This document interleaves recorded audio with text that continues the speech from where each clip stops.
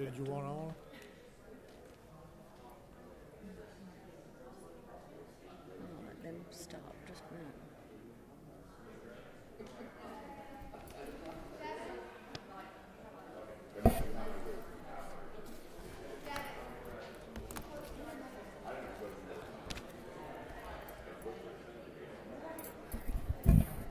Okay, I know it's been a long day for a lot of people. Thank y'all for being here. Chairman Parrish will be with us shortly, but I will call together the meeting of the Special Health Committee. And today we're here to listen to House Bill 558 from Representative Todd Jones. And I'm going to make this work and ask you to step up. Thank you. Well, thank you. Deja vu. For most of you out in the audience, this is deja vu because this is the same bill that we discussed a couple of years ago. I appreciate all of, I'll say, the interested parties and the fact that the posture that those interested parties have taken in 2023 have been fundamentally different than the posture that was taken a couple of years ago. So I appreciate that. I think at the end of the day, and Madam Chairwoman, can I start the presentation? Okay. At the end of the day, we're still trying to solve for the same thing, which is there a solution that exists outside of the proverbial box? And I'll remind you where this idea came from, even though I have to also give credit to Northwestern Kellogg, specifically two professors. I thought it was an original idea, but it wasn't as original as I thought. But as a reminder, where this idea came from was we were asked and tasked by Speaker Ralston to create an access to health care for all 10.7 million Georgians. And there was a series of different conversations around should it be a tax, a bed fee, an additional bed tax, what it is that we could do with Medicaid, expand Medicaid, you name it, everything was in play. But ultimately, the one time in my life where I've seen a significant amount of innovation around limited resources was in Europe. And that European innovation was directly correlated to a concept called cap and trade. I saw cap and trade around how they were reducing the amount of carbon being emitted between 2006 and 2008, and then eventually into the second tier in terms of how they did their fuel switching, how it was their algorithms were changed, but ultimately you saw this massive amount of innovation that allowed them to reduce the amount of emissions that they had. But closer to home, and I'm looking out in the audience, and this is not directed to the ladies, but to the men in the audience, for those of you who I think are old enough to remember acid rain, thank you. It was solved by cap and trade. And I'll say that one more time. It was solved by cap and trade. You don't ever hear about acid rain. You don't hear about the challenges that it brought up in the Mid-Atlantic region and the Northeast. The fact of the matter is that market is still going. It's called the SOx and NOx market. So the whole idea is, can you create a free market system?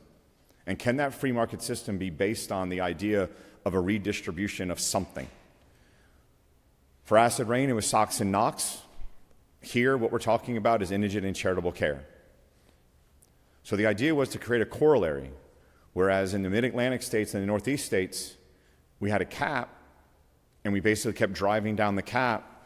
The idea would be a corollary. We'd have a floor of indigent and charitable care and then move that up. And effectively, what would be bartered would be that nonprofit benefit. Nonprofits sitting in, say, Forsyth County, let's just say their indigent and charitable care is low. Nonprofits sitting in Tifton, high. Nonprofits sitting about a quarter of a mile from here called Grady, super high. But at the end of the day, each one of those three, may it be Tifton, Forsyth, Northside Forsyth, or Grady, they get the exact same nonprofit benefit. Grady does not get a greater nonprofit benefit because it's doing 85% charitable care and indigent care.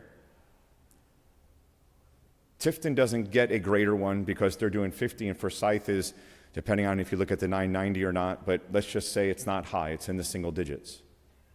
So the question becomes is that what the state of Georgia had in mind 100 years ago when we came up with the nonprofit benefit? The whole idea was to drive care into 159 counties. It was to drive care to ensure that would occur, and that benefit that the state was willing to give back was what? No tax.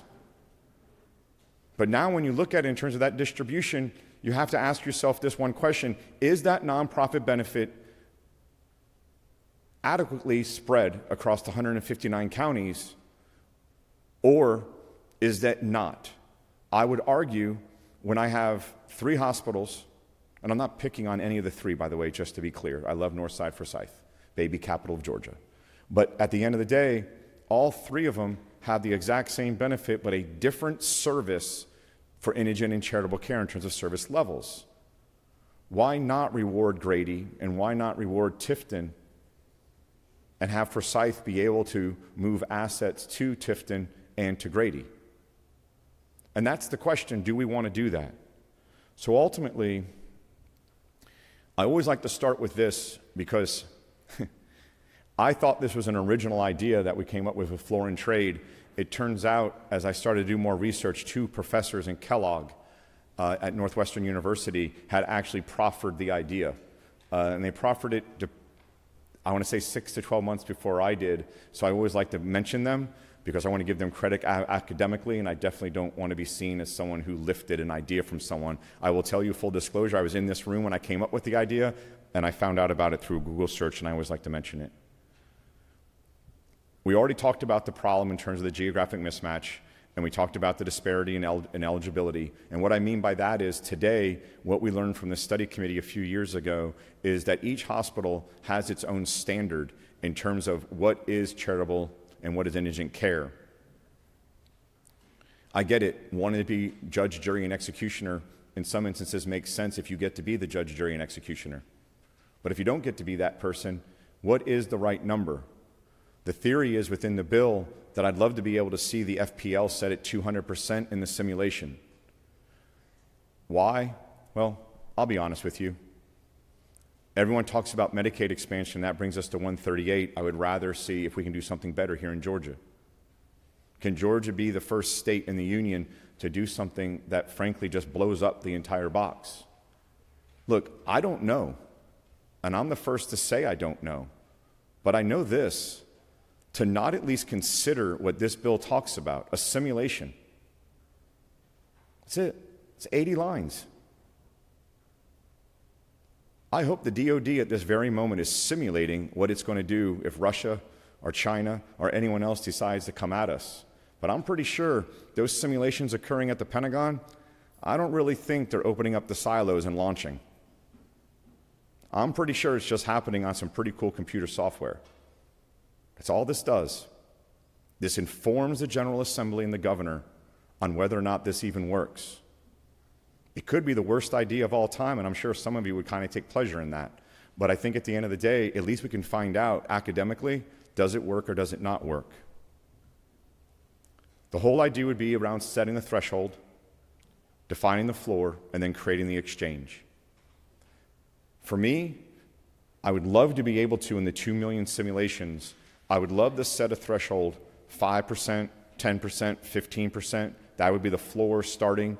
And then ultimately, we move that up on 1% increments, maybe over the course of 10 or 15 or 20 years, ultimately getting to maybe a 20 or 25% move. I'd love to be able to see where we do get ultimately an exchange that you see the Sox and Knox working on, for instance, with the acid rain. But what I see in the beginning are bilateral contracts between a hospital that's below the floor and a hospital that's above the floor.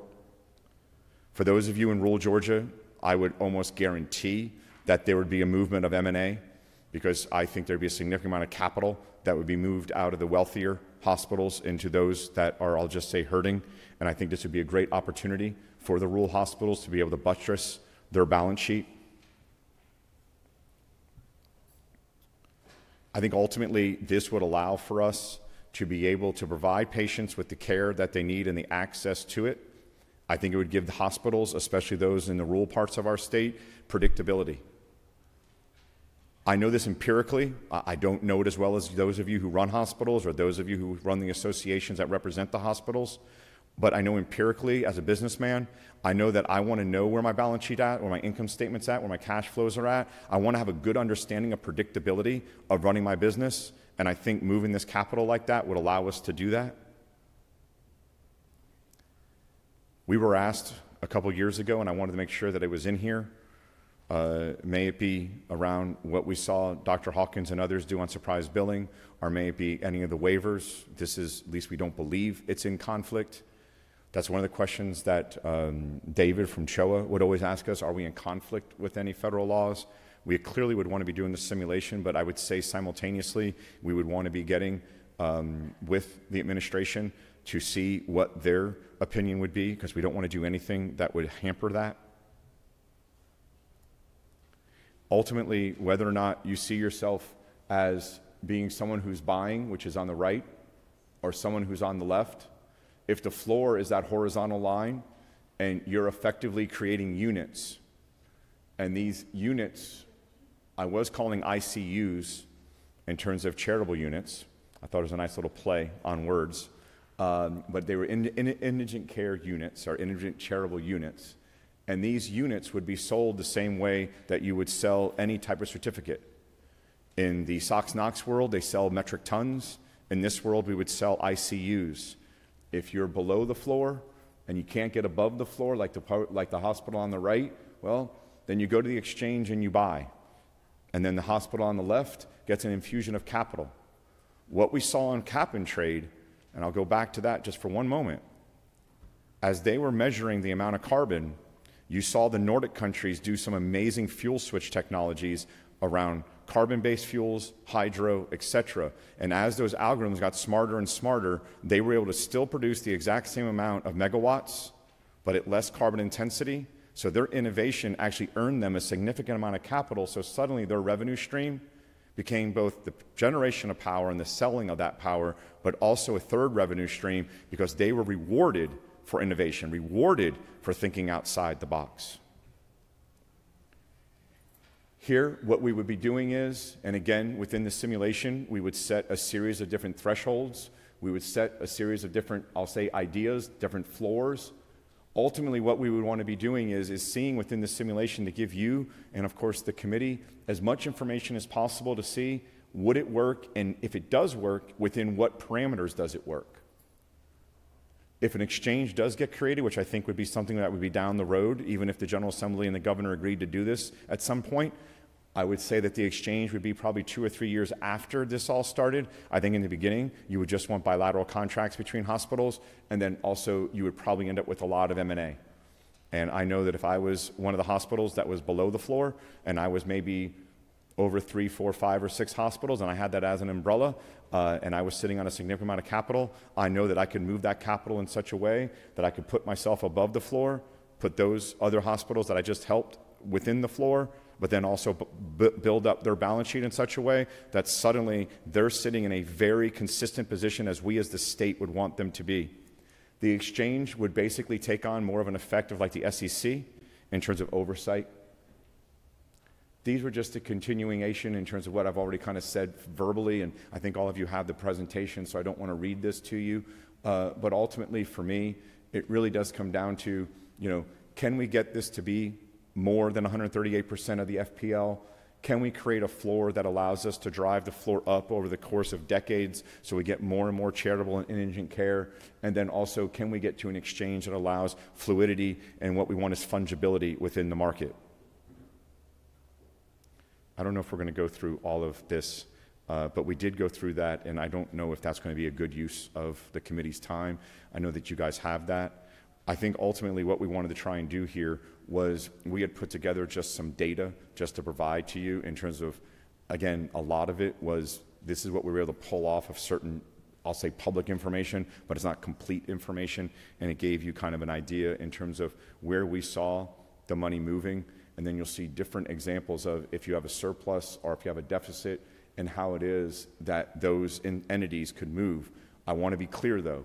because Floyd's up there, and I know one of the members of our committee represents Floyd, and we have Hamilton. I want to make sure that it's clear we know that that information is not complete. So we just went with the information we could find on the website, and then we were able to pick this together just for the purposes of demonstration, not for the purposes of saying Floyd's at a surplus, etc.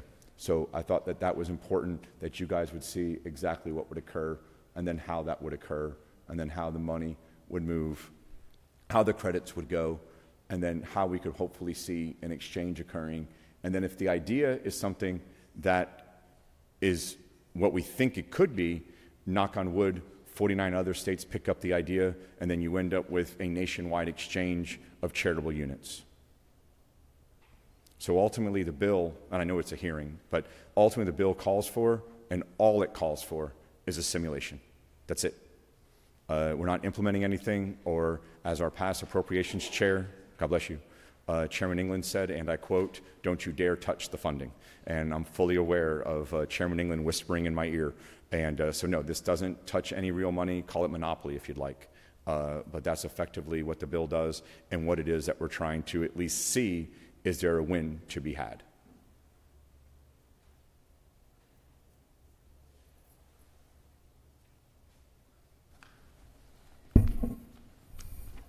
Thank you, Chairman Jones. Are there any questions from the committee? That's us. That's all of us that are sitting right here. That's it. Are we good? We're small. We have a couple of people that are tied up. Everybody's, juggling like all of you are as well. I do not see any other questions at this moment. All right. So thank you. This is a great piece for us to take with us, too. Are there any others who would like to speak to the measure?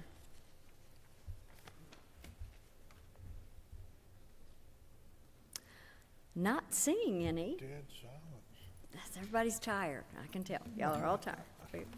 So not seeing any. Thank you. This was to be a hearing today to once again begin the discussion on this. Do what? Okay. We do have one other thing we can do as a committee, though. There had to be 4 of us in here, and now there are. So you will see some House Special Committee on Healthcare rules in front of you. If the members will take just a few minutes to look at them, we'll see. Tara, do you want to give us an overview of what our quorum is and 4 members. 4? 4 other shoes. 4. Unless otherwise. Yeah. I was going to say, other than that, they're standard rules. They're standard rules, other than the fact that the number of members that would constitute a quorum are 4. So if you agree to these, I would. I move to accept the rules. We have a motion by Chairman Hawkins and a second by Chairman Cooper. Any further discussion? If not, all in favor signify by saying aye. Aye. Those in opposition by like sign. The motion carries. So we have established rules, we've had a hearing, and we have met and gotten to spend some time with all of you. We are now adjourned.